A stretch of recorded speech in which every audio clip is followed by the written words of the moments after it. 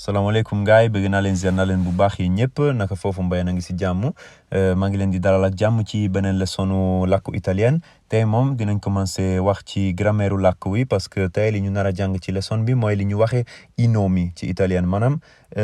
tuur yi waa ni lañ ko mën a traduire ci wolof i nomi mooy tuur yi maanaam en général baat yi existe ci biir làkk bi parce que dañoo war a xam ne ci làkku italien baat bu nekk mën na doon baat bu góor wala baat bu jigéen tuur bu góor wala tuur bu jigéen loolu amul ci làkku wolof waaye dafay am ci italien ak yeneen làkki Europe comme français tamit am na loolu waaw français tamit baat bu nekk dafa am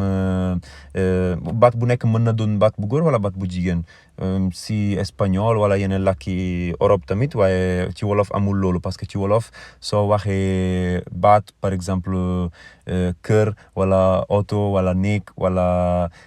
laal wala xawma wala garab wala lu ci mën di am rek baat bu ci mën di am nekkul ne benn baat bu góor la wala baat bu jigéen la baat keese la waaye ci italien ñaari façon baat la ñuy ràññee am na baat yu góor ak baat yu jigéen tuur yu góor ak tuur yu jigéen léegi ñu xool lan mooy wutale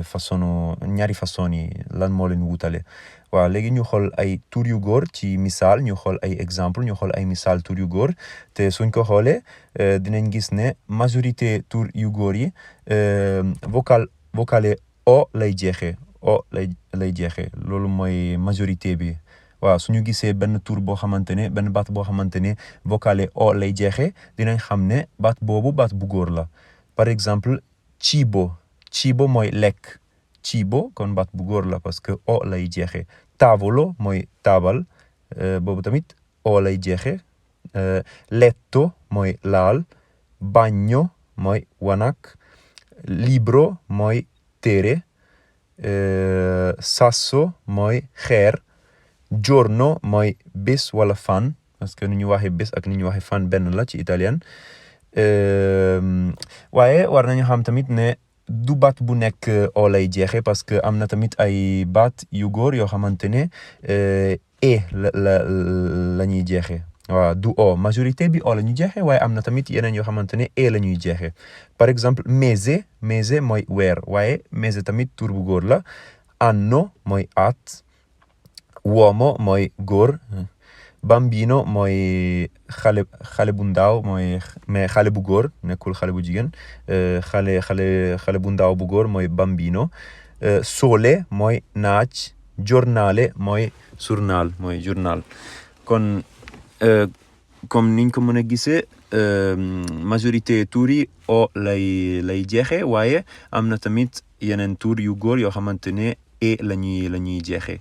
léegi suñu xoolee tuur yu jigéen waaw baat yoo xamante ne nomi femminili la ñu comme am na nomi maschili yoo xamante ne tuur yu góor la ak nomi femminili yoo xamante ne tuur yu jigéen la waaw nomi ñaar la maanaam nomi maschili et nomi femminili léegi ñu xool ay exemple ñu xool ay misaal ci nomi femminili te dinañ gis ne majorité nomi femminili vocale a lay jeexee vocale a la ñuy jeexee kon par exemple sedia mooy toogukaay sedia cucina mooy waañ cucina camera wala stanza benn la mooy néeg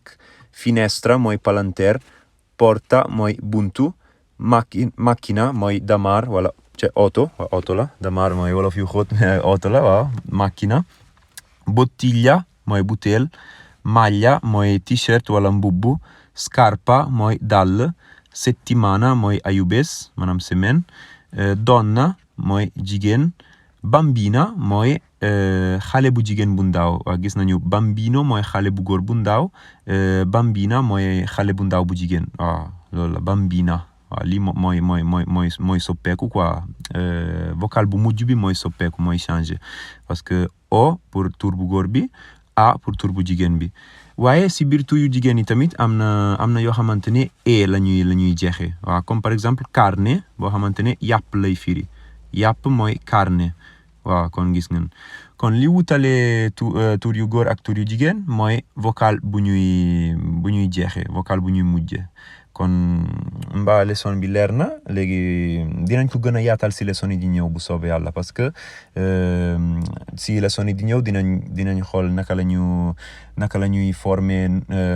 pluriel ak singulier ak article ak yeneen thèmes yu bari dinañ gën a yaatal grammaire bi pour ñu gën koo xam kon ba beneen yoon incha allah.